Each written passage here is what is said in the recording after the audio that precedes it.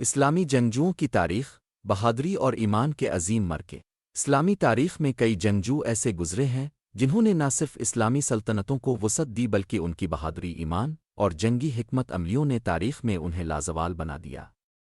یہ جنگجو ایمان کی طاقت سے لبریز تھے اور ہمیشہ حق کے راستے پر لڑے۔ ان کی زندگیاں اسلامی تاریخ کے عظیم ابواب کا حصہ ہیں۔ ایک حضرت خالد بن ولید سیف اللہ۔ حضرت خالد بن ولید رضی اللہ عنہ کو اسلامی تاریخ میں سیف اللہ یعنی اللہ کی تلوار کہا جاتا ہے۔ وہ اپنے جنگی فن اور بے مثل حکمت عملیوں کی وجہ سے مشہور تھے۔ ان کا سب سے نمایاں کارنامہ جنگ یرموک ہے، جس میں انہوں نے ایک عظیم بازنطین فوج کو شکست دے کر اسلامی فتوحات کا دروازہ کھولا۔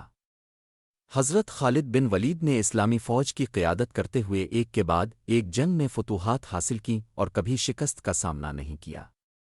دو صلاح الدین ایوبی فاہن بیت المقدس۔ صلاح الدین ایوبی رحمت اللہ علیہ ایک عظیم اسلامی جنگجو اور سلطان تھے جنہوں نے صلیبی جنگوں میں عیسائی افواج کو شکست دے کر 1187 میں بیت المقدس کو فتح کیا۔ ان کا سب سے بڑا مرکہ جنگ ہوتے ہیں جس میں انہوں نے صلیبیوں کو عبرتناک شکست دی۔ صلاح الدین اپنی شجاعت حکمت عملی اور انصاف پسندی کے لیے مشہور تھے۔ انہیں عیسائی دشمنوں نے بھی عزت و احترام سے یاد کیا کیونکہ وہ جنگ میں اپنے دشمنوں کے ساتھ بھی عزت اور شفقت کا برتاؤ کرتے تھے۔ 3 طارق بن زیاد فاہن اسپین۔ طارق بن زیاد ایک اہم اسلامی جنگجو تھے جنہوں نے 711 میں اسپین انڈلس کو فتح کیا۔ ان کا مشہور واقعہ وہ ہے جب انہوں نے اپنی فوج کو جبرالٹر کے ساحل پر لے جا کر کہا، اے لوگو، سمندر تمہارے پیچھے ہے اور دشمن تمہارے سامنے۔ اس کے بعد انہوں نے اپنی کشتیاں جلا دیں تاکہ ان کے سپاہی واپس جانے کا نہ سوچیں اور فتح کے علاوہ کوئی اور راستہ نہ ہو۔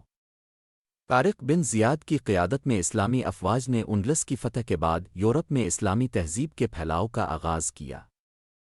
4 نور الدین زنگی صلیبیوں کے خلاف جنگجو۔ نور الدین زنگی رحمت اللہ علیہ ایک عظیم اسلامی جنگجو اور شام کے حکمران تھے جنہوں نے صلیبیوں کے خلاف بہادری سے جنگ کی اور صلاح الدین ایوبی کی قیادت میں اسلامی افواج کو مضبوط کیا۔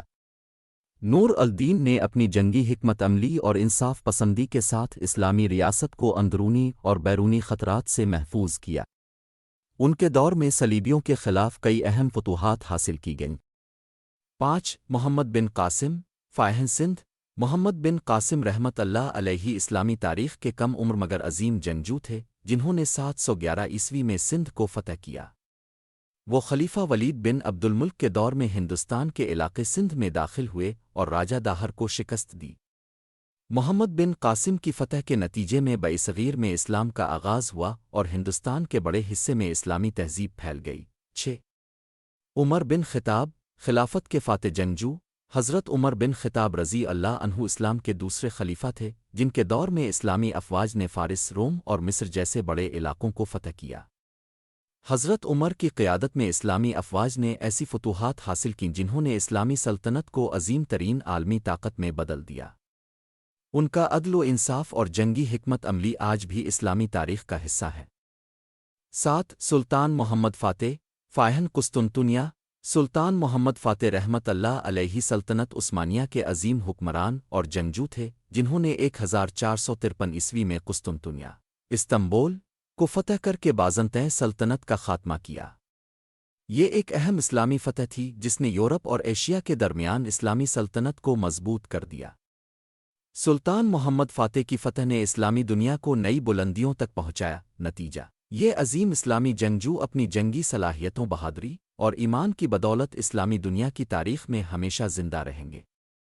ان کی فتوحات نے اسلامی سلطنت کو پھیلایا اور اسلام کے پیغام کو دنیا بھر میں پہنچایا۔ ان کی زندگیاں آج بھی مسلمانوں کے لیے مشعل راہ ہیں اور یہ ہمیں سکھاتی ہیں کہ ایمان، بہادری اور عدل و انصاف کے ساتھ دنیا کی سب سے بڑی طاقتوں کو بھی شکست دی جا سکتی ہے۔